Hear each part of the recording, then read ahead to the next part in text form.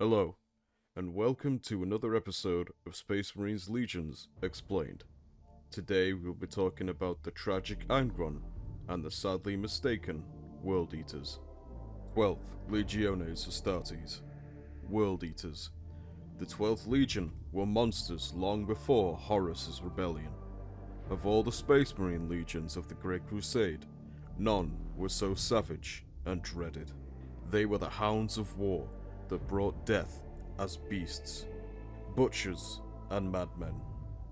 The merest whisper of their coming could quell rebellions and set armies to flight in terror. Tales of their predations and massacres were numberless, and their reputation was well earned.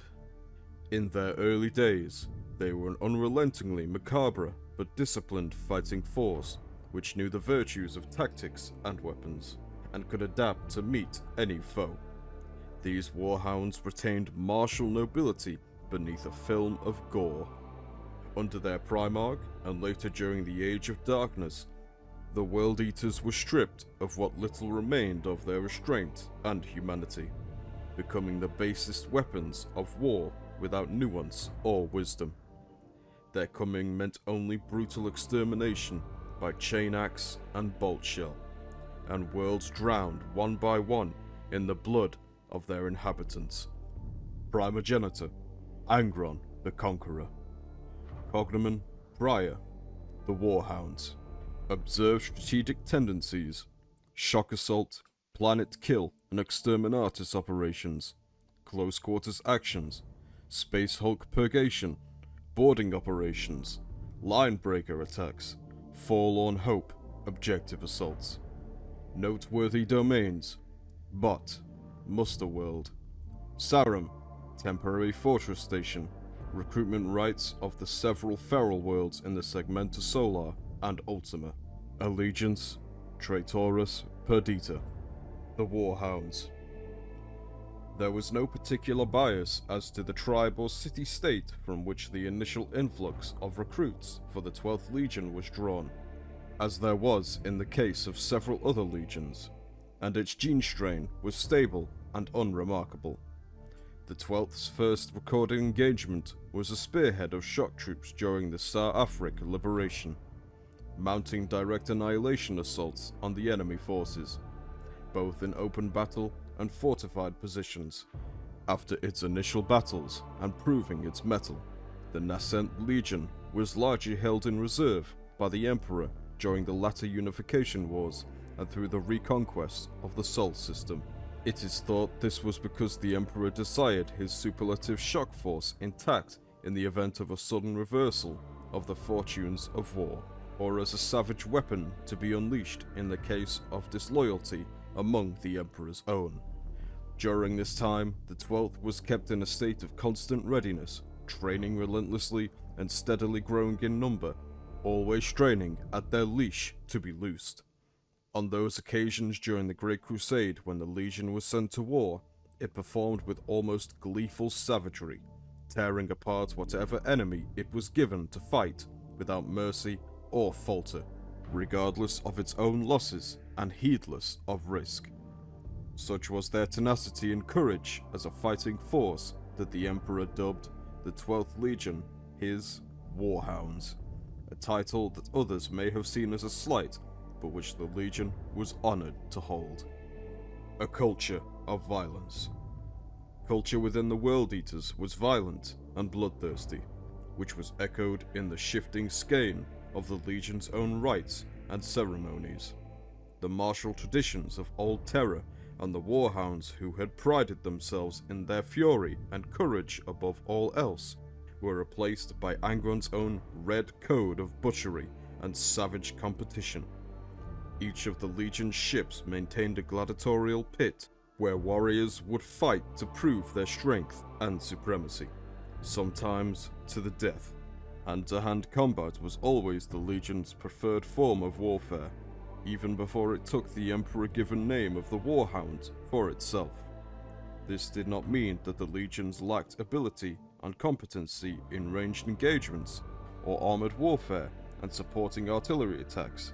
Indeed, No less a luminary of mechanized warfare than the Primarch Ferrus Manus himself praised the Warhound's armored assault at the older Baron Septus as the epitome of ironclad rage given form.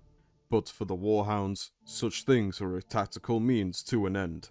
The end was successfully delivering the killing force of the Legion, its Space Marines.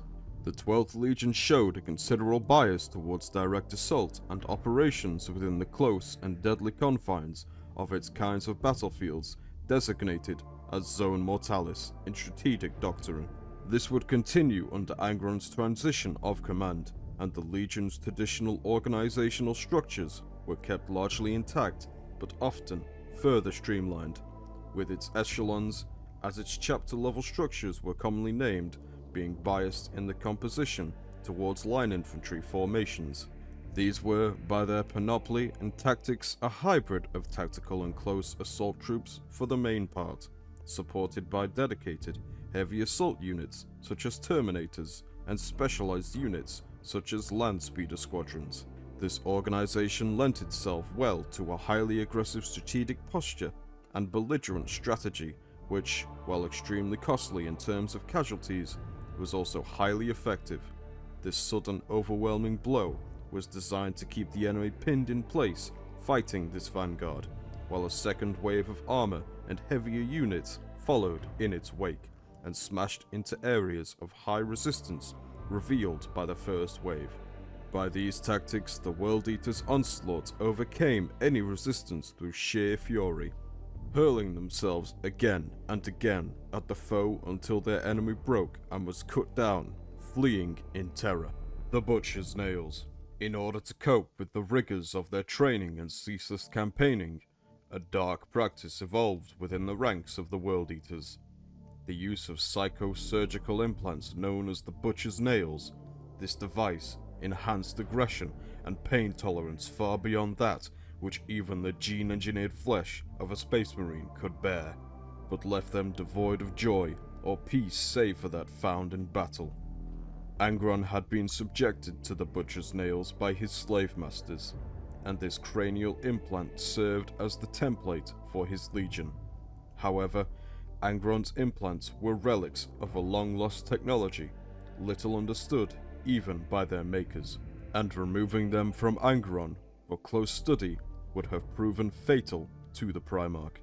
Indeed, they appeared to be slowly killing the Primarch, and his mental state and self-control deteriorated, leading him to sacrifice his legion in ever more callous ways. Because of this, early attempts to duplicate them by the combined efforts of the Legion's Tech Marines and Apothecaries appear to have been far from successful, and resulted in high rates of mortality and irrecoverable homicidal frenzy on test recruits.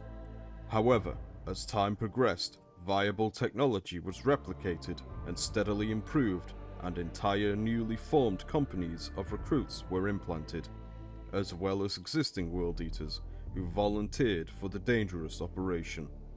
The majority of these were absorbed back into the Legion's line units, while those deemed perhaps too unstable for such tasks joined a growing number of near berserker assault units known as Rampager squads. And within these, those too far gone to be anything but restrained between battles simply became known as the Butchers, a frightening portent of what was to come for the Legion.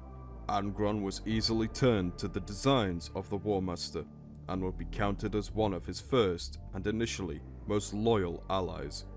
A vision of blood, he cut a terrible path through his own Legion at Isfahan III, and when at last he was done, the World Eaters were dedicated utterly to the War Master's cause.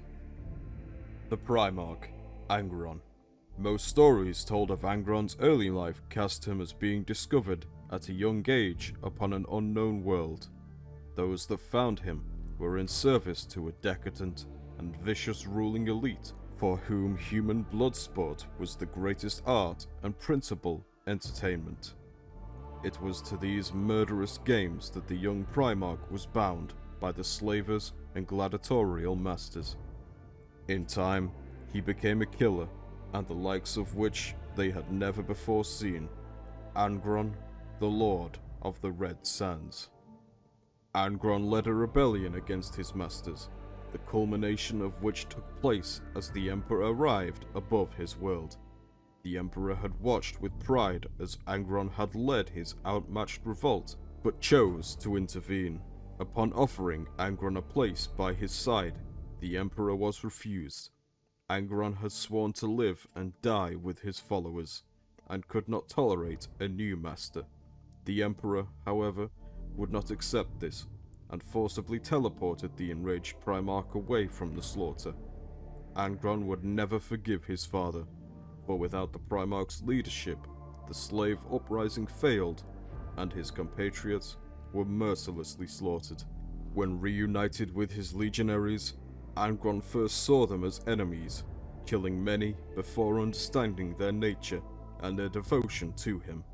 And when he finally accepted them, he promised them a crusade sated by bloodlust, that they would eat worlds together. To his legionaries, the mutilated, bloody, reeking, wrathful figure that now stalked among them as their master swiftly became a kind of savage messiah, a greater warrior than any had known, an exemplar of a brutal ideal of honor and combat that sang to their souls. Angron became to them their first master, displacing for many the loyalty they had once only given their emperor, becoming their judge, their general, and a conqueror whose banner they would follow into the depths of hell itself. This has been the World Eaters of the Great Crusade. Thank you for watching.